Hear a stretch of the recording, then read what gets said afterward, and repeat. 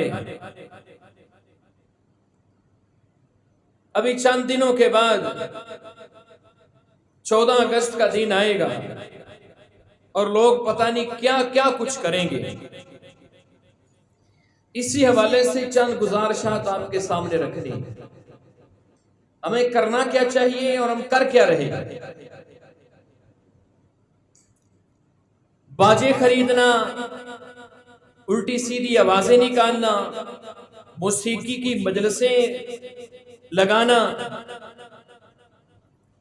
और साल बाद एक महफिल मुनक्कद कर लेना, अपने घरों के अंदर, अपने स्कूलों के अंदर, खुले मैदानों के अंदर तंजीमों के जलसे, क्या इससे मकसद पूरा हो जाता है? बावजूद इसके कि हमारे मुल्क के अंदर हर किस्म की नेमत मौजूद है। कोयले की नेमत हो, लोहे की नेमत हो, नमक की नेमत हो, तेल की नेमत हो, अलगर्ज हर किस्म की नेमत मौजूद है। और हमारे मुल्क के अंदर अल्लाह ताला ने चारों मौसम रखे, खूबसूरत से खूबसूरत इलाके हमारे मुल्क के अंदर मौजूद हैं। इसके बावजूद हम नीचे की तरफ जा रहे हैं। वजह क्या है? क्या इसको ऊपर लेकर जाना सिर्फ हुक्मरानों की जिम्मेदारी है? मेरी और आपकी कोई जिम्मेदारी नहीं।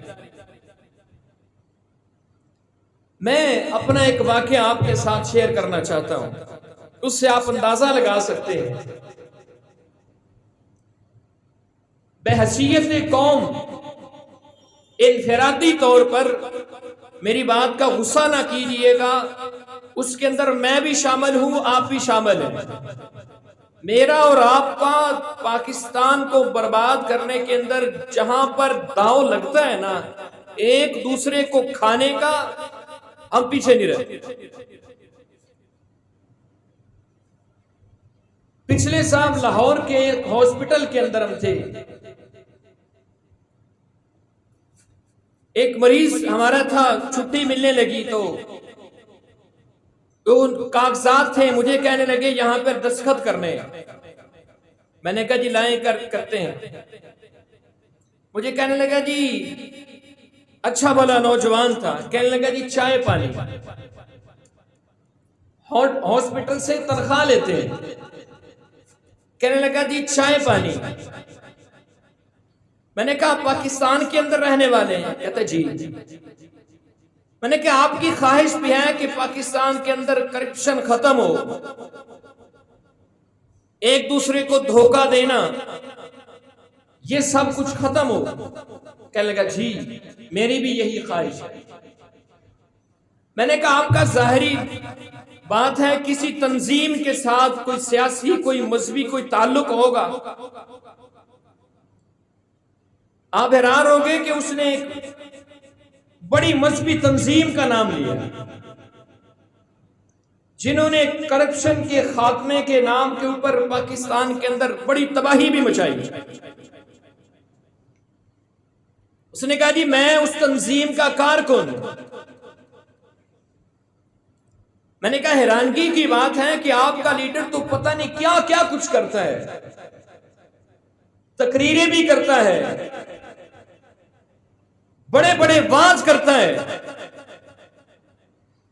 और नीचे वाला तबका जो आप कारकुन हैं उस तंजीम के, आपका क्या किरदार है? उसने अपने सर को झुका लिया। मुझे कहने लगा जी मुझे समझ आ गई, आप साइन कर दे बस जाएं। ये एक वाकया है, ऐसे हजारों वाकयात मेरे और आपके साथ। ये पाकिस्तान जिस अंदाज के साथ हमने हासिल किया, जिन्होंने कुर्बानियां दी हैं। एक अंग्रेज मुअर्रिख ने लिखा है कि 1864 से लेकर 1867 तक 3 साल इतने कठिन मरहले के अंदर से बिलखुसूस इस बर्रे सगीर के उलमा गुजरे। वो कहते हैं मैंने दिल्ली से लेकर पेशावर तक का सफर किया है। दिल्ली से लेकर पेशावर तक का कोई मैंने ऐसा कोई दरख्त नहीं देखा कि जिस दरख्त के साथ किसी आलम की लाश न लटकी हो। फिर वही अंग्रेज मुअर्रिख लिखता है कि बादशाही मस्जिद के सहन के अंदर एक फांसी का फंदा लटकाया गया था, और इन्हीं 3 साल के अरसे के दौरान रोजाना की बुनियाद पर 70 से 80 उलमाए कराम को फांसी दी जाती है। 70 से 80 उलमाए कराम। फिर वही मुअर्रिख लिखता है कि मैं एक खेमे के अंदर ठहरा, मुझे लाशों की जलने की बदबू आई।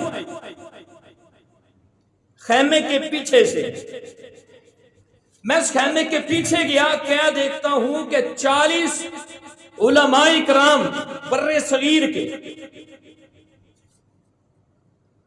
उनको बरहना करके कोयलों के ऊपर उनको फेंक दिया गया और वो जल रहे हैं। फिर 40 उलमाए कराम और लाए गए और उनको ये कहा गया कि आप सिर्फ इतनी बात कह दें कि आप 1857 की जंगे आजादी के अंदर शरीक नहीं थे, आपको छोड़ दिया जाएगा, वगरना आपको भी इसी तरह बरहना करके जलाया जाएगा। वो अंग्रेज मोर लिखता है, कहता है मुझे रश्क आया उन उलमाए कराम के ऊपर, उनकी सच्चाई के ऊपर, उनकी इस्तकामत के ऊपर।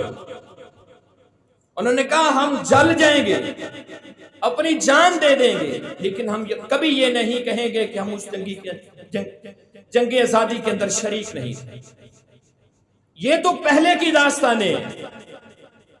जब इस तहरीक का आगाज हुआ है, मैंने एक औरत की दास्तान पढ़ी है, एक औरत की, कि जब ऐलान हुआ अलैदगी का, उस औरत ने अपने बच्चों को सिखों के हमलों से डर के एक पेटी के अंदर बंद कर दी है। हमारे घरों के अंदर जो पेटियां होती हैं कि जब मैं यहां से निकलूंगी अपने बच्चों को ले लूं। खौफ, दहशत, नफ्सा नफ्सी का आलम इस कदर था। लिखने वालों ने लिखा है कि वो औरत जब वहां से निकली तो अपने बच्चों को निकालना भूल गई। रास्ते के अंदर उसको आके पता चला कि मैं तो अपने बच्चे पेटी के अंदर छोड़ आई, और फिर वो पाकिस्तान पहुंची है और वो अपना जहनी तवाज़ुन खो चुकी थी, और वो रास्ते के ऊपर बैठी हर आने वाले शख्स से यही पूछती थी कि कोई मेरे बच्चे मुझे ला दे। हम क्या समझते हैं कि ये जो लोग जिन्होंने कुर्बानियां दी हैं, कल क़यामत वाले दिन हमसे सवाल नहीं करेंगे कि हमारी कुर्बानियों का आपने क्या वजन डाला है, क्या मूल डाला है, क्या हमारी कुर्बानियां रायगा गई हैं या उनका कुछ फायदा भी हुआ है। एक डॉक्टर की मैंने दास्तान पढ़ी, डॉक्टर अली शेर उनका नाम था, जलंधर के बहुत बड़े डॉक्टर थे। कहते हैं मैं सिखों को मुफ्त दवाइयां दिया करता था। जब अलैदगी का ऐलान हुआ, मुझे सिखों ने जबरदस्ती रोका कि आपको कुछ नहीं कहा जाएगा, लेकिन काफिर कभी वादे का पाबंद नहीं होता। कहते हैं जैसे ही उनका दांव लगा, एक बहुत बड़ा जत्था घर के अंदर दाखिल हुआ। डॉक्टर साहब कहते हैं मैंने उनकी मिन्नतें की, आपको जो चाहिए मुझसे ले लो, लेकिन हमारी जान छोड़ दो, हमें जाने दो बस। उन्होंने कहा नहीं।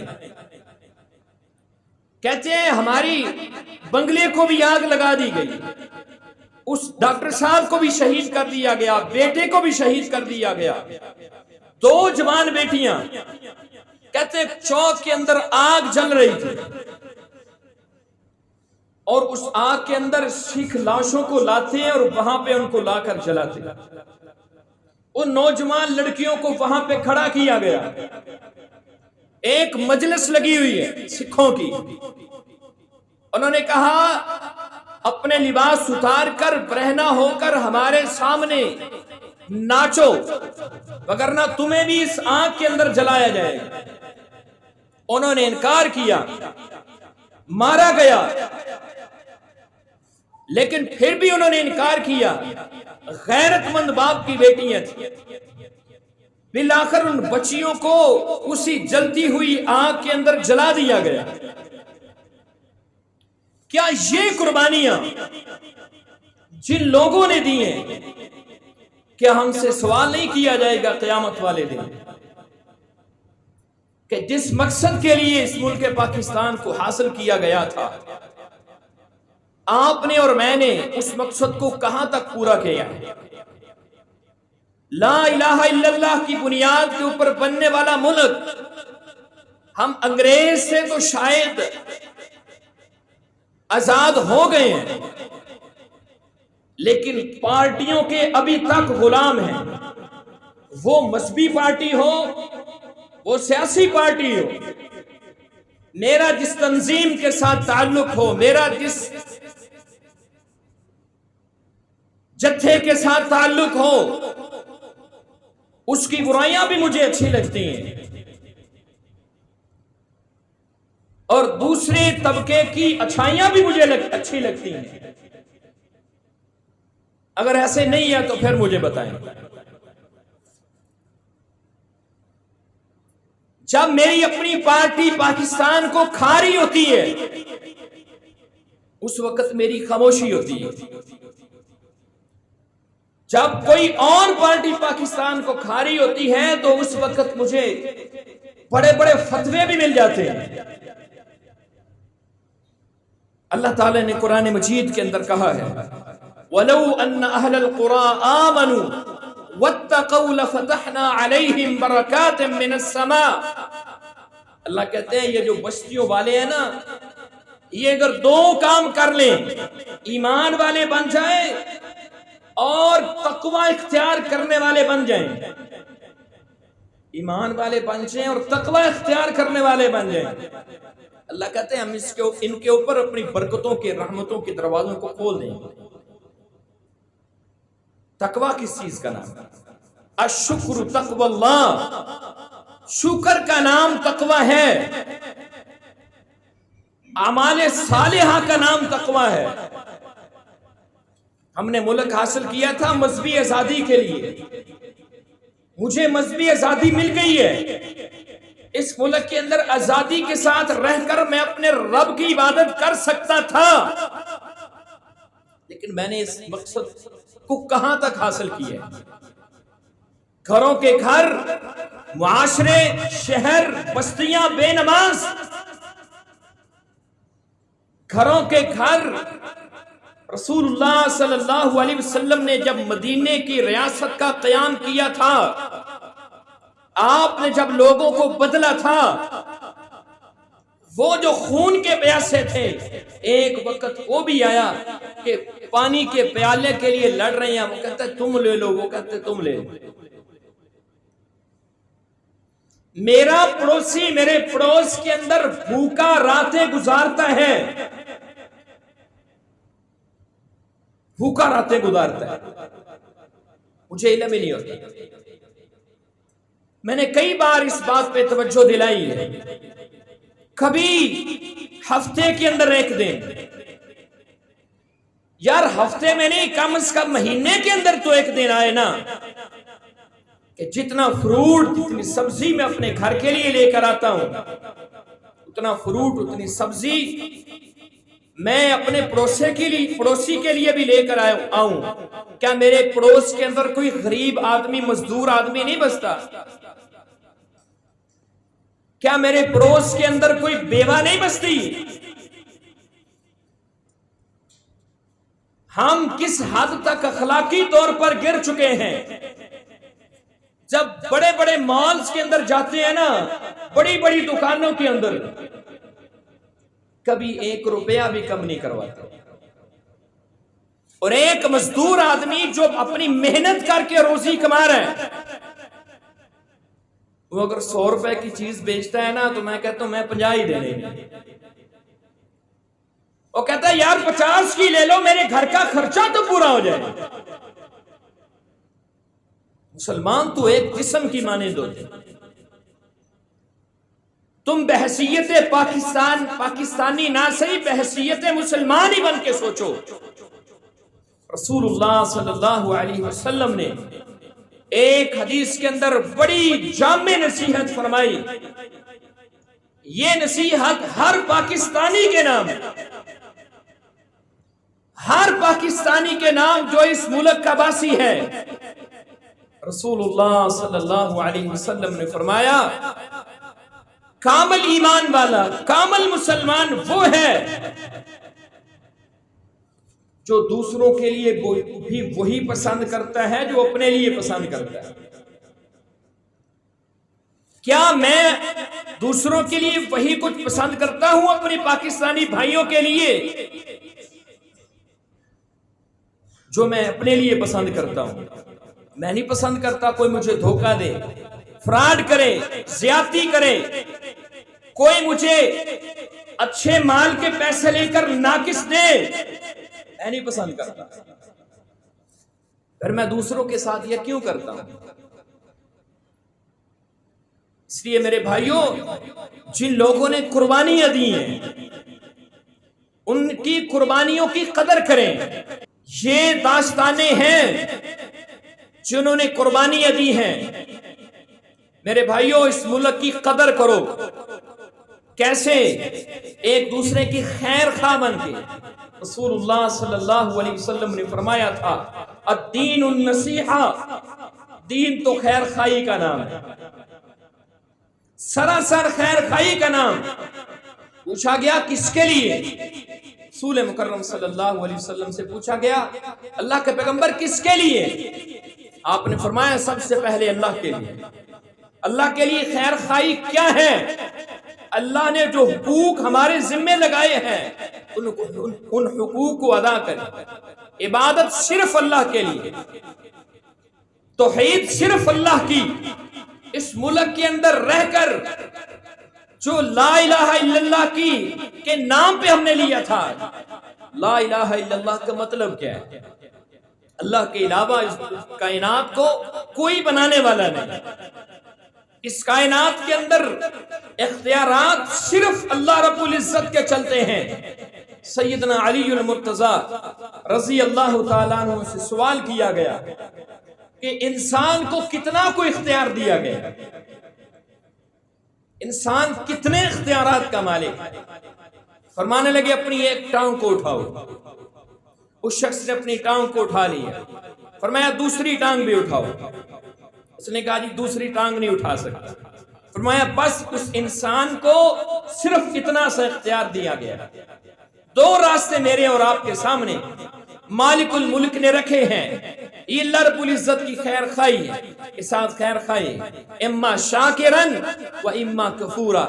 या तो उसके साथ कुफर करके अपने घरों से, अपने मुआशरे से बरकतों को खत्म कर लो, या शुक्र करके अल्लाह रब्बुल इज्जत का तकवा इख्तियार करके, अल्लाह की इबादतें करके, अल्लाह का जो हक है वो उसको देकर, अल्लाह रब्बुल इज्जत की पहचान करके अपने घरों के अंदर, अपने मुआशरे के अंदर, अपने शहरों के अंदर, अपने मुल्क के अंदर अल्लाह रब्बुल इज्जत की बरकतों का नज़ूल हासिल।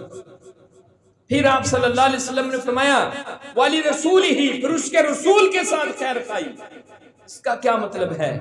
मेरी खुशियां, मेरी गमियां, मेरी इबादतें, मेरे घरेलू हालात, मेरे मुआशी हालात, वो अल्लाह और उसके रसूल के ताबे हो जाए। ये खैर खाई है रसूल मुकर्रम सल्लल्लाहु अलैहि वसल्लम के साथ। गुलाम मैसरा को हमारे यहाँ, हम जब एक दूसरे को धोखा देते हैं ना कारोबार के अंदर, और कहते हैं जी मौलवी साहब की करिए जी, दीन ते पास नमाजा जो पढ़ ले दी है, बाकी काम में असी झूठ ना बोलिए तो काम सरता ही नहीं, धोखा और फ्रॉड ना करे तो काम चलता ही नहीं है।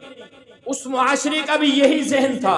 रसूल मुकर्रम सल्लल्लाहु अलैहि वसल्लम सईदा खदीजातुल कुबरा का माल लेकर गए हैं, साथ गुलाम मैसरा को भेजा है। सईदा खदीजा ने जाकर चेक करो इस नौजवान का किरदार कैसा है, हर तरफ इसकी तजारत की गहमा गहमी है, इसकी तजारत की धूम है, चेक तो करो ये कैसी तजारत करता है। वापस आकर उस गुलाम मैसरा ने कहा था, वो भी कहते थे झूठ के बगैर हमारी तजारत तो चल सकती नहीं, तो खाना चाहिए थे असि कुछ कमा ही नहीं सकते, वो भी यही कहते थे। गुलाम मैसरा आकर कहता है शाम की मंडियों के अंदर सिर्फ एक नौजवान था जिसने बगैर मिलावट के, बगैर किसी को धोखा दिए, बगैर किसी फ्रॉड के माल बेचा है, और वो शख्सियत मोहम्मद सल्लल्लाहु अलैहि वसल्लम की है। कहता है हैरत की बात तो ये है हर किसी ने मिलावट की है, किस लिए? मुनाफा ज्यादा मिले, मेरे माल से मुझे पैसे ज्यादा मिले। लेकिन हैरत की बात यह है मुआमला उसके बरस था, उस मंडी के अंदर सबसे ज्यादा जिस शख्सियत को मुनाफा मिला है वो मोहम्मद रसूलुल्लाह सल्लल्लाहु अलैहि वसल्लम। ये आपकी जिंदगी के नमूने मेरे और आपके सामने हैं। हम कहते हैं तजारत तो हम असी कर ही नहीं सकते, सुन्नत में कर सकते हैं, शैतान का धोखा। फिर आपने फरमाया आम मुसलमानों के साथ खैर खाई। आम मुसलमानों के साथ खैर खाई क्या है वो मैंने आपके सामने रख दिया। किसी के साथ धोखा नहीं, फ्रॉड नहीं, हसद, बुग़्ज़, कीना, अदावतें। मेरा फुरा रिश्तेदार मुझसे आगे क्यों बढ़ गया? शरीका बरादरी, सबसे बड़ा बुत जो इस वक्त हम पूज रहे हैं ना, वो शरीके की है। रसूल मुकर्रम सल्लल्लाहु अलैहि वसल्लम ने तो तालीमात ये दी है ना, हम कहते हैं भाई मेरा शरीक है, बहन मेरी शरीक है, मेरा फुला रिश्तेदार मेरा शरीक है। कहता मैंने उसको नहीं देना और जहां मर्जी दे दो। दीन क्या कहता है? अब मैं रिश्तेदार के ऊपर खर्च करने का दोहरा अजर रसूलुल्लाह सल्लल्लाहु अलैहि वसल्लम ने बयान किया। एक सिला रहमी का अजर और दूसरा सदका करने का अजर। दीन खैर खाही का नाम है। अपने अंदर खैर खाई पैदा कीजिए, अपनी तजारतों के अंदर, अपने घरों के अंदर, अपने मुआमलात के अंदर। जब तक खैर खाई नहीं आ सकती, इनफरादी तौर पर मत उम्मीद लगाएं नून लीग के किसी लीडर से, मत उम्मीद लगाएं पीटीआई के किसी लीडर से, मत उम्मीद लगाएं पीपी के किसी लीडर से। जब तक मैं अपने आप को नहीं बदल सकता, उस वक्त तक पाकिस्तान नहीं बदल सकता, उस वक्त तक मेरा मुल्क नहीं बदल सकता। अपने आप को बदलिए। इनफरादी तौर पर मैं अपनी जिम्मेदारी कितनी अदा कर रहा हूं, पाकिस्तान को ऊपर ले जाने के लिए मैं अपनी जिम्मेदारी क्या अदा कर रहा हूं।